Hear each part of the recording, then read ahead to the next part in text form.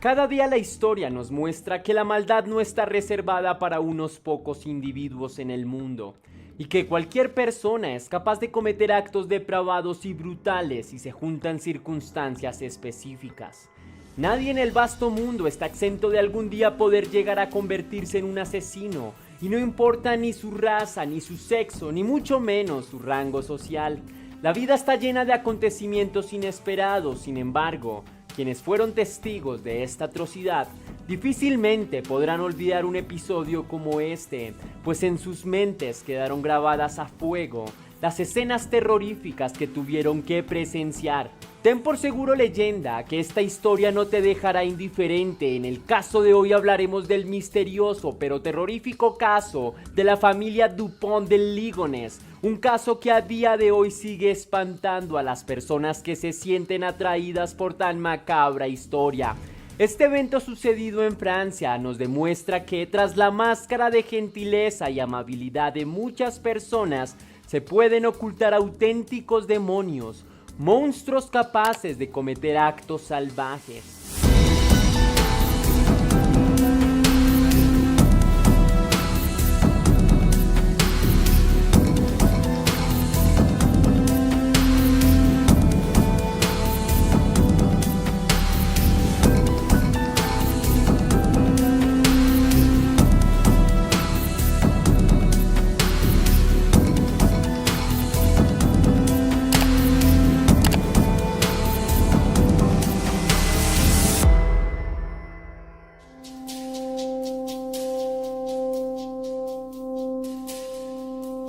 El Boulevard Robert Schumann, ubicado en Nantes, Francia, era un lugar idílico para vivir.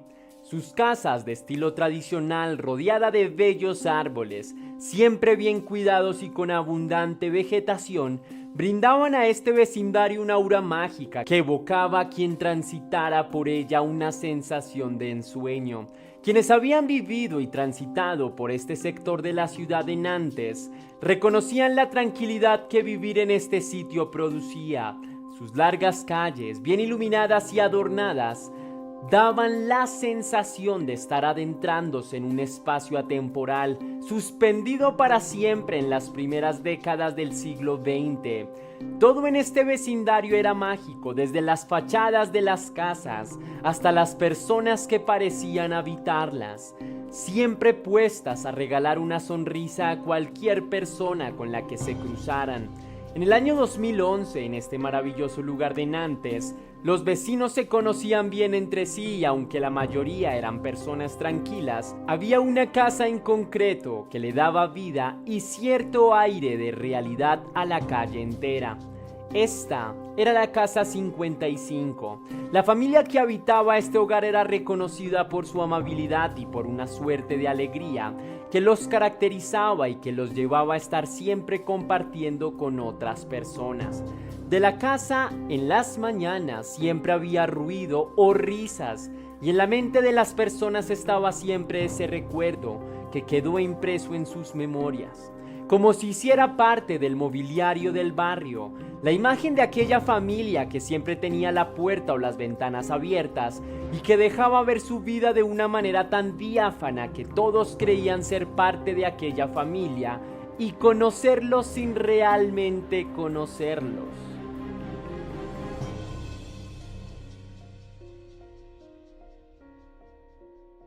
Pero como en todo cuento de hadas, el sueño, como un cristal golpeado por una roca, un día se rompió y los cristales quedaron clavados en la memoria de todos aquellos que presenciaron las escenas que ocurrieron allá mismo, en la casa 55.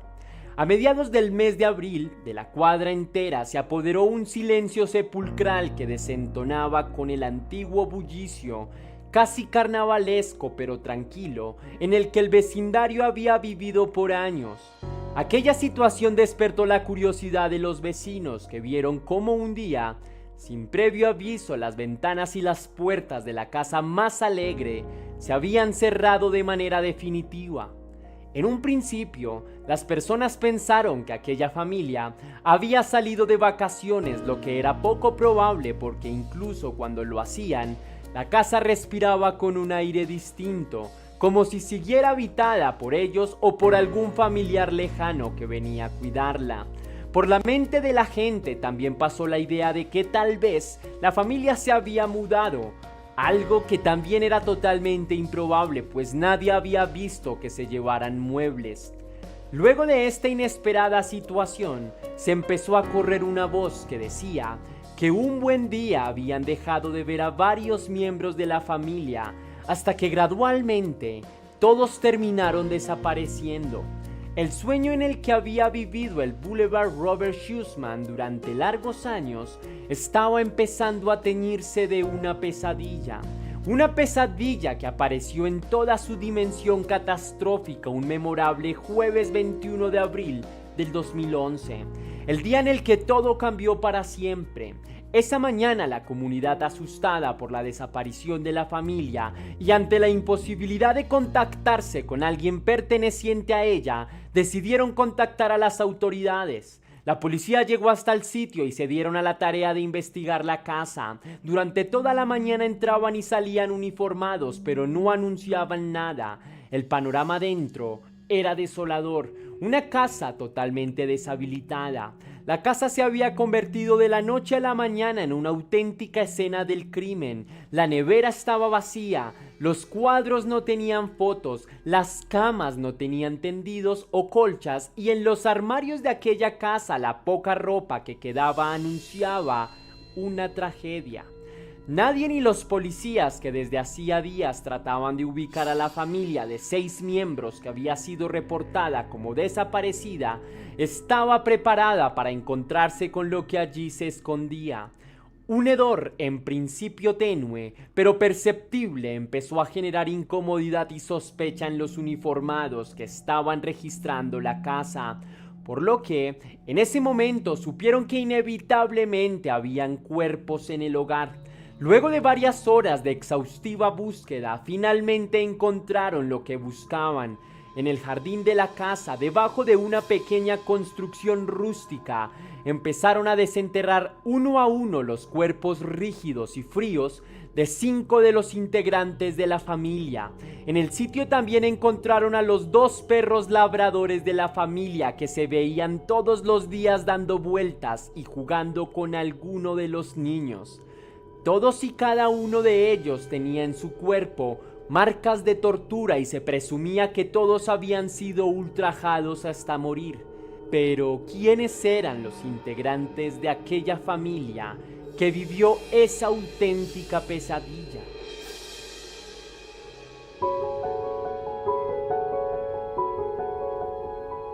La familia que un día había habitado la casa 55 del Boulevard Robert Schussman estaba conformada por 6 miembros y en el jardín de la casa fueron encontrados sin vida Agnes Dupont y sus 4 hijos, Arthur de 21 años, Thomas de 18, Anne de 16 y Benoit, el menor de todos, que tenía tan solo 13 años. El único integrante de la familia que no aparecía era el padre de los 4 chiquitos, Javier Dupont. Los 4 jóvenes de la familia estudiaban, los 2 mayores en la universidad y los 2 más chicos iban al colegio. Uno de los motivos por los cuales esta familia le daba vida al vecindario entero era precisamente por los jóvenes, quienes tenían una activa vida social y compartían con otros chicos del vecindario todo el tiempo. Los jóvenes eran además conocidos por sus facultades artísticas, pues uno pintaba, la chica esculpía y el menor de todos tocaba la batería. Por su parte, la madre de la familia era maestra de uno de los colegios de la zona y era conocida por su amabilidad y buen carácter. Así que era normal que todos los hijos hubieran heredado esas cualidades. Agnes se conoció con Javier siendo aún muy joven y en ese momento la relación no dio frutos. Años más tarde se reencontraron y el amor floreció en todo su esplendor. Aunque para esa altura la mujer ya había tenido un hijo, Arthur, Javier decidió darle el apellido y aceptarlo como si fuera suyo. El único integrante que a la fecha de hoy sigue sin aparecer es Javier Dupont, un hombre que nació en el seno de una familia aristocrática y quien después de la muerte de su padre heredó el título nobiliario de conde, Por desgracia no heredó fortuna alguna, pues la familia que en otro tiempo había ostentado grandes riquezas, principalmente en el siglo XVIII, ya no tenía prácticamente ninguna. Al no haber rastro del cuerpo de Javier, el hombre se convirtió en el principal sospechoso del crimen en contra de su esposa y de sus 4 hijos. Desde el día que se encontraron los cuerpos inertes de los integrantes de la familia, Javier es buscado por las autoridades de todo el mundo, pero los rastros que dejó fueron muy pocos.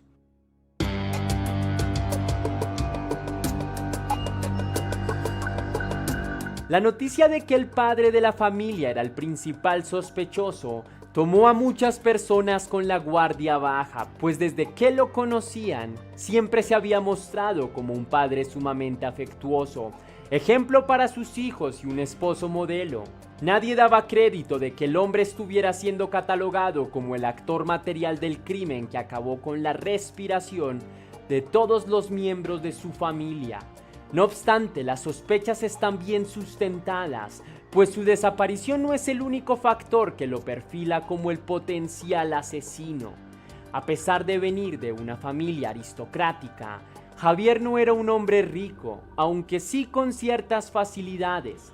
Lo que sí es cierto es que el hombre durante su vida entera persiguió el lujo y la fama con voracidad.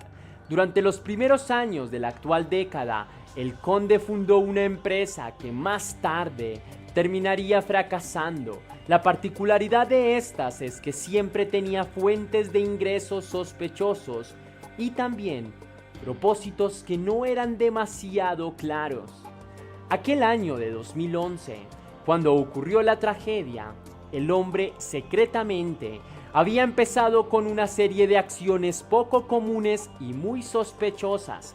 Apenas iniciando el año, Javier había ingresado en un campo de tiro, donde luego de 4 visitas consiguió su licencia para portar armas. Por esa misma época, el hombre también compró balas de fusil e inscribió a sus hijos, Thomas y Benoit, en el campo de tiro, pero nunca obtuvieron sus licencias. Por aquella época, que data del mes de marzo, el hombre también realizó una compra sospechosa en una tienda de bricolaje, cinta adhesiva, bolsas de basura y otros objetos que más tarde se encontraron junto con los cuerpos. Estas fueron algunas de las compras de esa oportunidad. En el mes de abril es cuando todo se precipita. El primer indicio de que algo extraño estaba por suceder ocurrió cuando Arthur, el hijo mayor de la familia, dejó de presentarse en su sitio de trabajo y nunca respondió a las llamadas de sus jefes ni de sus amigos. Ese mismo día Javier compró cemento, una pala y una azada, y Arthur, por su parte, nunca volvió a aparecer ni ser visto con vida. Al día siguiente, Javier hizo otra serie de compras sospechosas.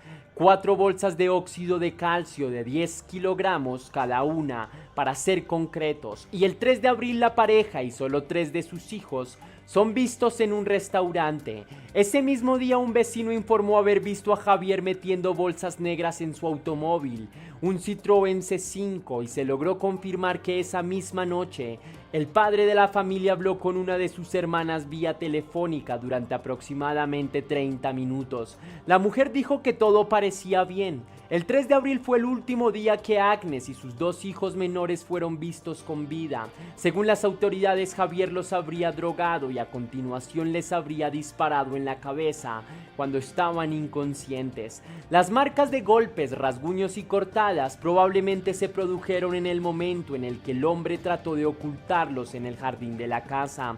Al día siguiente, los 2 niños menores ya no aparecieron en el colegio y los amigos nunca más pudieron contactarse con ellos. Por su parte, Agnes tampoco apareció en su lugar de trabajo y en el colegio dijeron que habían recibido una llamada en la que informaban que se habían mudado a vivir a Australia. Ese mismo día, 4 de abril de 2011, Javier y Thomas Dupont fueron vistos en un restaurante. Los camareros recuerdan vívidamente que el chico tenía un rostro siniestro, que casi no había tocado su comida y que el trato con su padre habría sido nulo. Al día siguiente, Thomas habría pasado la mayor parte del tiempo en casa de uno de sus amigos y esperaba quedarse a dormir hasta que en horas de la noche su padre se comunicó con él y le informó que su madre había sufrido un accidente, motivo por el cual el joven tuvo que volver a casa. Desde ese momento Thomas nunca más volvió a ser visto ni respondió a ninguno de sus compañeros. Ese mismo día en el vecindario dijeron que los perros habían estado ladrando de manera inusual, pero los siguientes días no se volvieron a escuchar, ni siquiera cuando alguien iba a golpear en la casa. Aunque los forenses ubican la muerte de Agnes para el 4 de abril, varias personas dicen haberla visto con vida el 7 de abril. Ese mismo día dicen que Javier hizo varios viajes de ida y vuelta en su auto mientras lo cargaba con cosas. A partir de ahí ningún otro miembro de la familia vuelve a ser visto con vida. El rastro de Javier se pierde y sus últimas acciones fueron una llamada telefónica y cartas que envió a los colegios de sus hijos diciendo que se iban para Australia. También envió una carta a sus familiares diciéndoles que se iban para Estados Unidos, ya que él era miembro de un equipo de espionaje y necesitaba abandonar Francia por motivos de seguridad. De ahí en adelante la policía ha tratado de ubicar sin éxito a Javier Dupont, y como en este tipo de casos de cuando en cuando aparecen supuestas pistas que a la final nunca terminan en nada, el hombre desapareció de Francia y prácticamente no dejó registro de toda su existencia. Todo ocurrió como si se lo hubiera tragado la tierra. Espero que algún día el hombre pueda ser encontrado y que se haga justicia y se aclare qué fue lo que sucedió con toda la familia Dupont.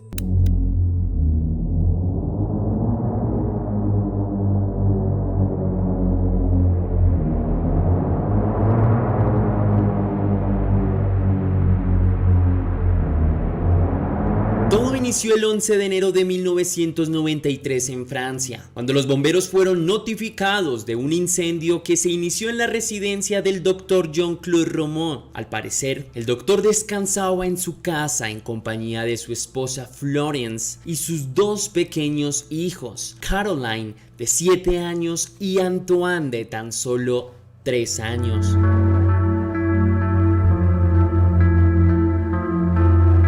Lamentablemente, cuando los bomberos llegaron después de ser alertados por los vecinos, la casa ubicada en Gex, una comuna francesa situada en el departamento de Ain, ya había sufrido daños considerables. Veamos la imagen.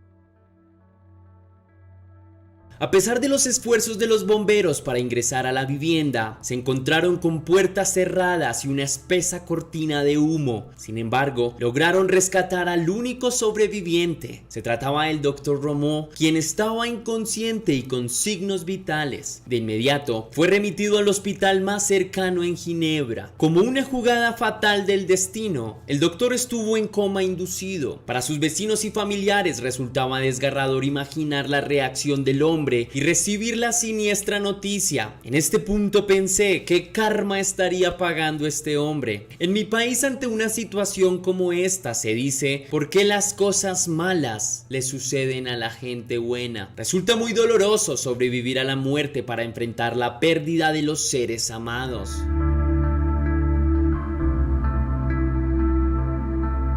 Jean-Claude Romand nació el 11 de febrero de 1954 en Lons-le-Saunier, una pequeña población cercana a la frontera de Suiza. Además, fue hijo único del matrimonio entre un guarda forestal y una ama de casa. Una familia modesta. Su progenitora era una mujer enfermiza, razón por la cual Jean-Claude aprendió a ocultar sus emociones para no causar dolor a su madre. Además, su padre se caracterizó por ser parco, poco emotivo y de pocas palabras. Es posible que este modelo y trato familiar contribuyeron a que Jean-Claude desarrollara una personalidad retraída. Siendo aún muy niño, sus padres se mudaron a Clairvaux-le-Lac, una comuna francesa en la que la familia se estableció permanentemente. Sus padres estaban empeñados en que su único hijo se convirtiera en un gran profesional y lograron que el chico ingresara a un instituto prestigioso de Lyon para estudiar estudiar una carrera profesional en el campo de la agronomía. Sin embargo, Jean-Claude abandonó la academia porque, según él, su verdadera pasión era la medicina. En medio de sus estudios se reencontró con una prima lejana con quien se casó años más tarde. En 1984 decidió formar una familia y se casó con Florence en 1984, con quien tuvo dos hijos: Caroline, que fue su primera hija y nació en 1985, y Antoine, que nació en 1987. Jean-Claude era un hombre afortunado. Obtuvo un puesto en Ginebra como investigador en la Organización Mundial de la Salud y pronto obtuvo el reconocimiento de sus familiares y amigos. El prestigioso médico se trasladó a Gex, a 5 kilómetros con la frontera con Suiza y a 16 de Ginebra. Al parecer, esta ubicación le serviría a Romeau para trasladarse eficientemente y cumplir con las obligaciones laborales que le permitieron vivir holgadamente. Hasta aquí puedo calificar la vida de Jean-Claude Romeau como exitosa y sin complicaciones. Sin embargo, es tiempo de pasar la página y confrontar la desgracia de este hombre que lo perdió todo en un instante. Esta segunda parte promete desagradables sorpresas.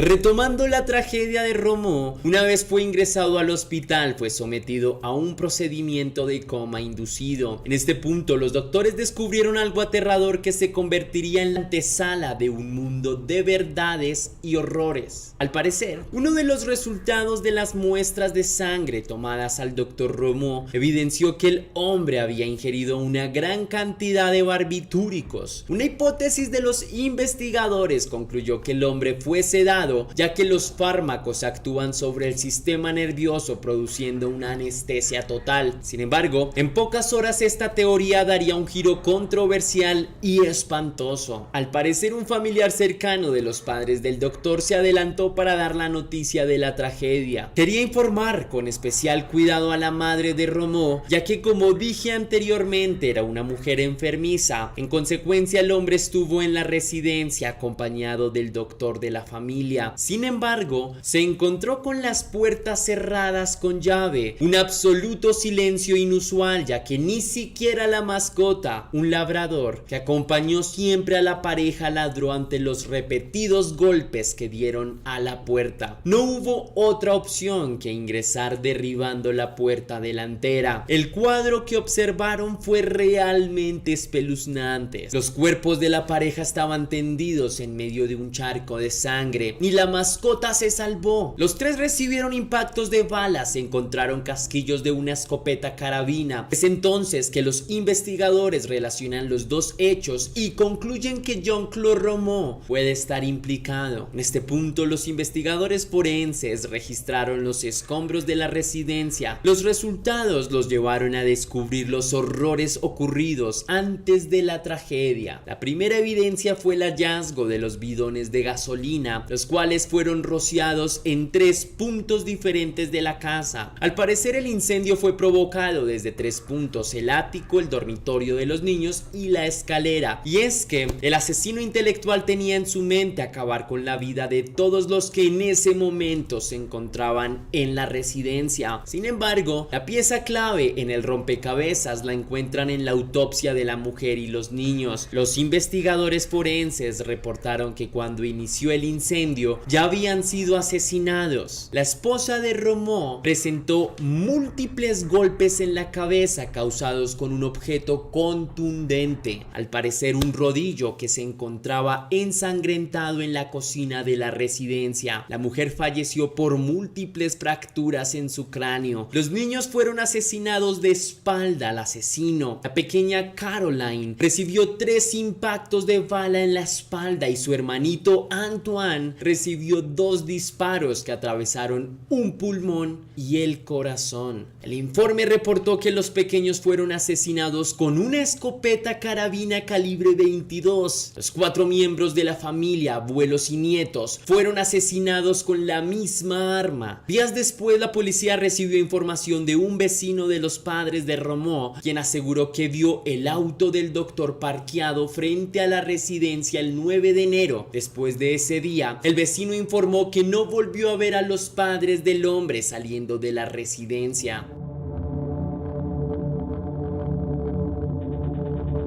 Los investigadores descubrieron que Jean-Claude Romo estaba relacionado con una mujer de nombre Chantal, quien resultó ser su amante. Cuando la policía logró contactar con ella, la historia se hizo más perturbadora. La mujer confesó que estuvo a punto de morir en manos de su amante, ya que el 9 de enero, unos días antes del incendio, el hombre le pidió que lo acompañara a una cena con un alto funcionario de la salud. Después de recogerla, Romo conduce camino a París. Luego detuvo el coche y le pidió a la mujer que bajara del auto para darle un obsequio. En ese momento, el hombre arremetió contra ella e intentó asfixiar lentamente a Chantal. La mujer describió que ella logró que Romo escuchara las súplicas que hizo por su vida y la de sus hijos. De algún modo, Romo se detuvo y le dijo que su conducta agresiva se debía a un medicamento muy fuerte que estaba tomando debido a un cáncer que le habían descubierto. Después de disculparse con Chantal, le rogó que no dijera nada de este incidente a sus conocidos y la dejó en su apartamento. Sin embargo, minutos después la llamó insistentemente porque quería verla nuevamente. Afortunadamente, la mujer temió por su vida y se negó a recibirlo.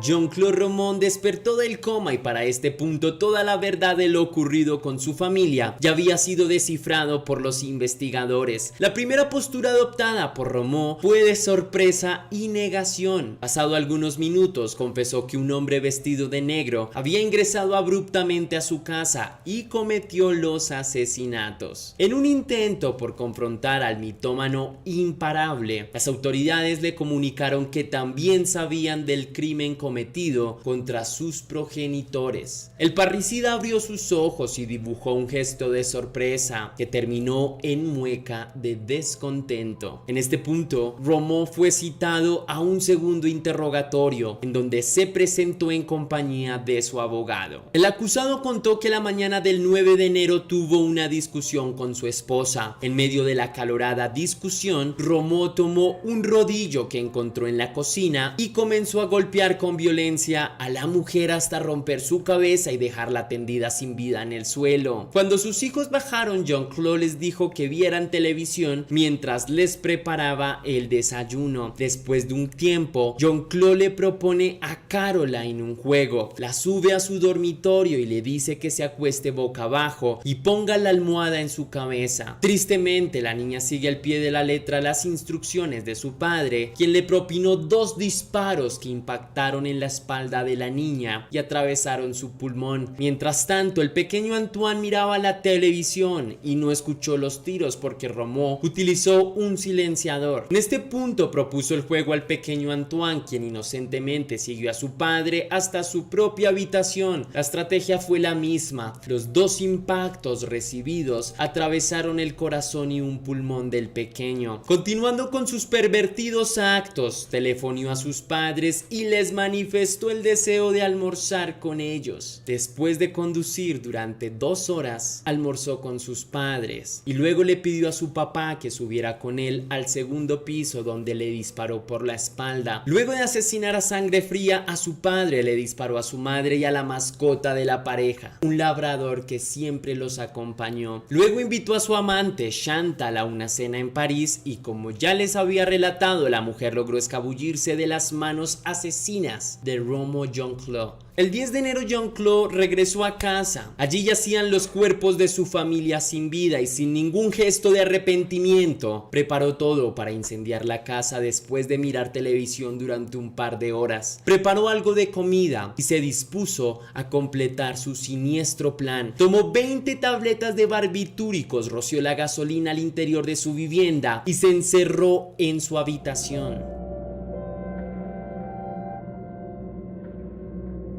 Jean-Claude Romo era un mitómano imparable, un asesino poseedor de una mente dual, espeluznante y aterradora. Los investigadores decidieron contactar a sus compañeros de trabajo y descubrieron que nunca trabajó con la Organización Mundial de la Salud. Al parecer, todo su historial académico y laboral fue parte de una larga cadena de mentiras. Se supo que cuando cursaba el segundo año de medicina, no se presentó a un examen final porque se quedó dormido. Por consiguiente, nunca terminó la carrera y nunca estuvo inscrito en el Colegio de Médicos de Francia. Las investigaciones concluyeron que el hombre vivía holgadamente gracias a las estafas a familiares y amigos, quienes lo admiraban por todo lo que aparentaba. El hombre se ganó su confianza y les pidió grandes sumas de dinero, prometiendo depositarlas en bancos suizos con alta rentabilidad. Así pudo obtener una alta cantidad de dinero, más de 3 millones de euros, con los cuales pudo mantener la imagen de hombre exitoso y llevar una vida holgada. El hombre salió de su casa todos los días aparentando cumplir con un horario laboral. En realidad,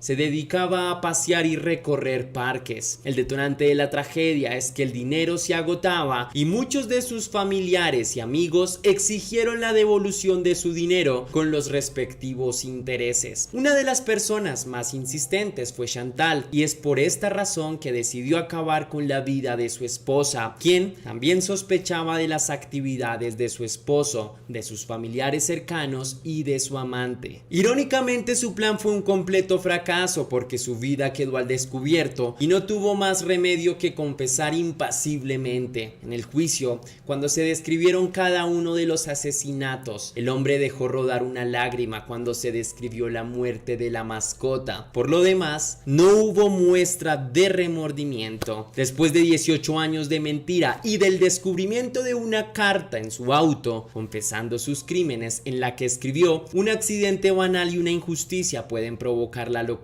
Perdón. Jean-Claude Romo fue condenado a cadena perpetua con opción a la libertad condicional en 2015. Después de 26 años en prisión, en 2019 fue puesto en libertad condicional. Hoy en día vive en un monasterio benedictino en la abadía de Notre Dame y lleva un brazalete electrónico. La vida de este misterioso hombre inspiró al escritor Emmanuel Carrère a investigar la vida de Jean-Claude Romo y a publicar su libro El adversario, el padre de la mentira. Carrère mantuvo correspondencia con Jean-Claude, diagnosticado como mentiroso patológico, mitómano, narcisista y criminal por los psiquiatras.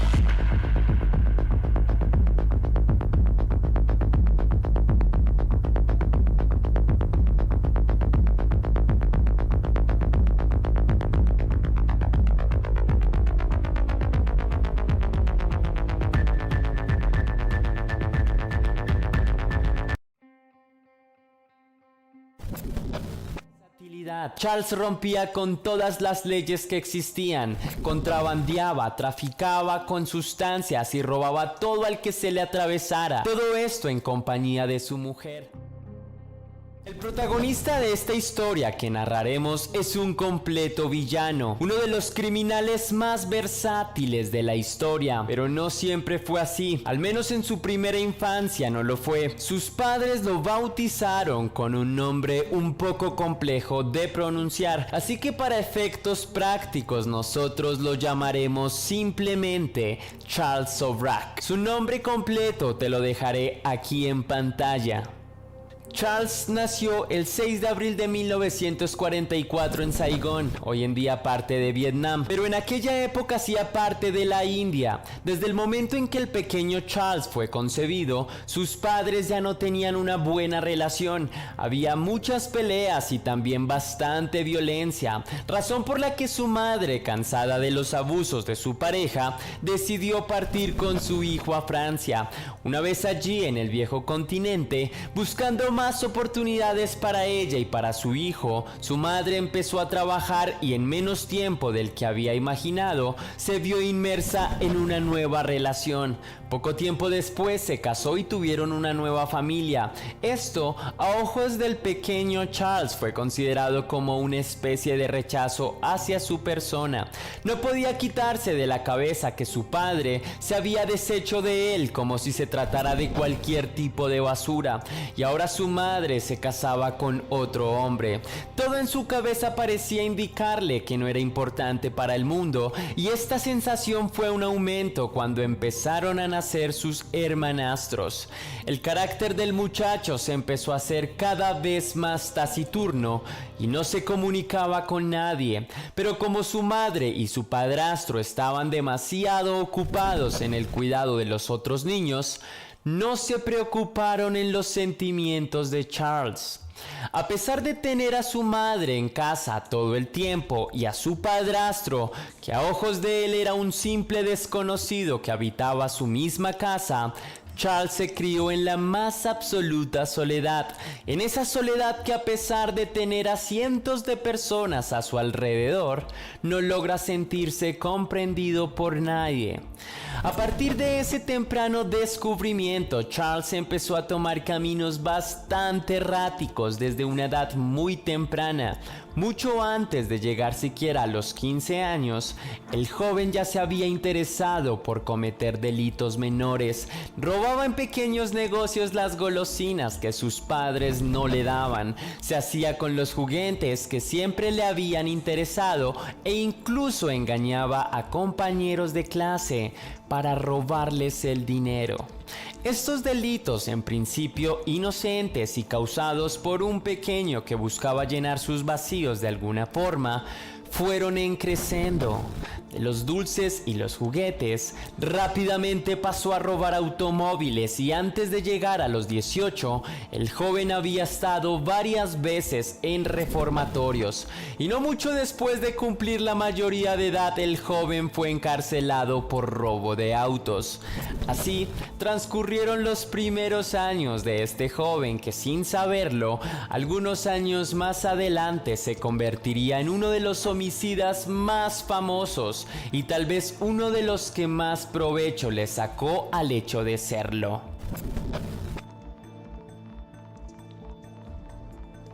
Lejos de lo que podría creerse, para Charles la prisión no fue ni por asomo una experiencia traumática.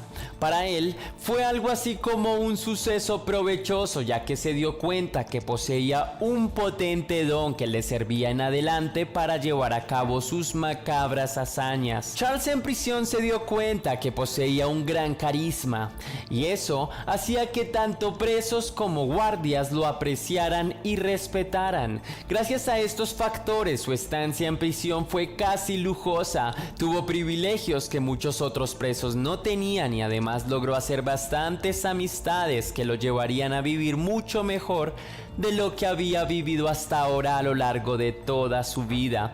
Cuando salió de prisión luego de algunos meses, en la calle no lo esperaba su familia, lo esperaban todas las amistades que había hecho en prisión, con tan buena suerte que muchos de ellos eran personas privilegiadas y con mucho dinero, e incluso que tenían relación con ciertas esferas de poder en Francia. Gracias a su atractivo y a estas amistades, empezó a tener mucho éxito con las mujeres y frecuentaba bares y fiestas lujosas. Pero esta nueva vida de lujos y de placeres no lo alejó nunca de los crímenes. Veía a esas amistades como un medio más para seguir cometiendo sus crímenes.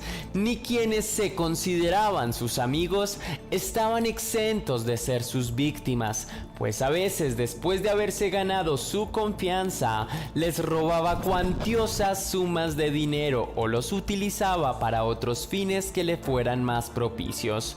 Para un hombre como Charles, la palabra lealtad era solo un montón de letras juntas que no representan nada. Para él lo único que valía la pena y su interés era su ambición y su deseo insaciable de cometer nuevos delitos.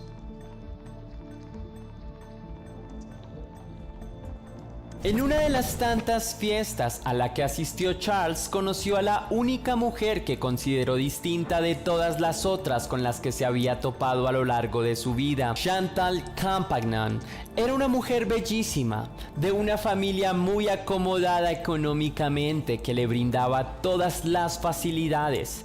Después de esa fiesta, los dos jóvenes empezaron a salir y el amor surgió rápidamente. Charles se enamoró profundamente de ella, casi hasta la obsesión, y ella no tenía ojos para nada más en la vida que no fuera este joven malhechor, al que su familia veía con absoluta reprobación y no veían con buenos ojos la relación que sostenía con el joven. Pese a ello, Chantal tomó la decisión de casarse con Charles. Sin embargo, pocos días antes de su boda, Charles es arrestado por todos los crímenes que había cometido y por el robo de un auto. Su nueva estancia en la cárcel tampoco supuso para Charles una experiencia traumática. Hacía amistades con muchísima facilidad y siempre lo trataban bien en todas las prisiones a las que ingresaba. Gracias a la ayuda de su rica y hermosa prometida Sauvage, salió después de algunos meses de prisión y, por increíble que parezca, Chantal estaba esperando para poder llevar a cabo su matrimonio. Las presiones de su familia no importaron y la boda se consumó. Una vez se hicieron marido y mujer, Charles le propuso a su mujer que escaparan al sur del continente asiático. Chantal, loca como estaba por su esposo, no dudó un segundo y juntos emprendieron su viaje. Después de un tiempo tuvieron su primera y única hija, la que llamaron Usha. Al día de hoy no se sabe con certeza cómo se desarrolló la vida de esta pareja una vez llegaron al continente asiático. Lo único que parece ser claro es que sus actividades continuaron rompiendo las leyes de todos los lugares a los que llegaban, pues la pareja cambiaba de residencia con mucha frecuencia. Si el primer talento que Charles reconoció fue el del carisma, el segundo que asimiló fue la versatilidad. Charles rompía con todas las leyes que existían, contrabandeaba, traficaba con sustancias y robaba todo al que se le atravesara. Todo esto en compañía de su mujer. Pero durante este tiempo, Charles reconoció a una población que le era particularmente fácil de engañar: los mochileros y turistas que viajaban durante los 60 y 70 en busca de particularidad. Ubicado en Bangkok, Tailandia, Sauvage estafaba a cuanto turista se cruzaba, pero no solo los dejaba sin sus pertenencias. Una de las tácticas que el delincuente utilizaba para no ser capturado consistía en robarles los pasaportes a los turistas, el viajar de un país al otro en todo el sudeste asiático para así no poder ser detectado. El hombre se aprovechaba de los pobres procesos de comprobación de identidad para seguir haciendo lo que quería. Durante los años 70 cayó preso en una ocasión en la India, pero no duró mucho tiempo en prisión, ya que fingiendo un dolor abdominal logró escapar. Mientras tanto, Chantal sentía cada vez que el hombre con el que se había casado era todo menos lo que ella había esperado. Charles era un compulsivo, sus crímenes no se detenían nunca, así que cuando meses después el hombre volvió a ser arrestado, decidió volver a Francia junto con su hija, pero en esta oportunidad tampoco pasó demasiado tiempo en prisión. La misma técnica, esta vez en Kabul, Afganistán, le sirvió para escapar. A partir del año 1975, Charles adoptó un nuevo nombre, Alain Gauthier. Decía que se dedicaba principalmente a compraventa de piedras preciosas y se ubicó principalmente en un lugar al que solían llamar el Sendero Hippie, un lugar en el que muchos occidentales visitaban buscando elevación espiritual, pero también con el afán de buscar nuevas aventuras exóticas en tierras distintas. Para Charles, ahora Alain, estos individuos eran para su gusto las presas absolutamente perfectas, pero para este trabajo el hombre necesitó de apoyo y en una de sus andadas en Tailandia conoció a Marie-André Leclerc, una mujer canadiense que se enamoró perdidamente de él y que se convirtió en su cómplice. Más tarde, la pareja conocería a un hombre de nacionalidad india sin escrúpulos y sediento de sangre. Los tres se convirtieron en el terror de los turistas de toda la zona del sudeste asiático.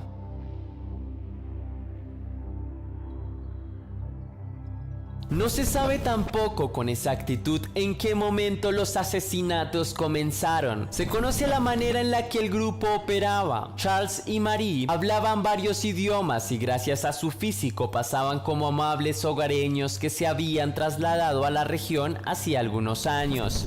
Lo primero que hacían era acercarse a los turistas, se ganaban su confianza hablándoles de la región y ofreciéndoles trago. Y una vez tenían la confianza, los invitaban a la casa. Una vez allí, los sugestionaban con las enfermedades que podían pescar al ser extranjeros. Y mientras charlaban amenamente, en el licor les iban dando diferentes venenos o somníferos que hicieran que los turistas se sintieran mal de salud. Después les ofrecía su hogar para que se recuperaran y luego semanas de extorsionarlos y de aprovecharse de sus identidades y de sacar todo el dinero que tenían, se deshacían de ellos. El encargado de hacer el trabajo sucio sería el hombre de nacionalidad hindú. Se cree que el prontuario criminal de Charles fue de cerca de 12 personas, pero podrían ser hasta 20. Durante todo este tiempo las autoridades locales no habían sospechado que los muertos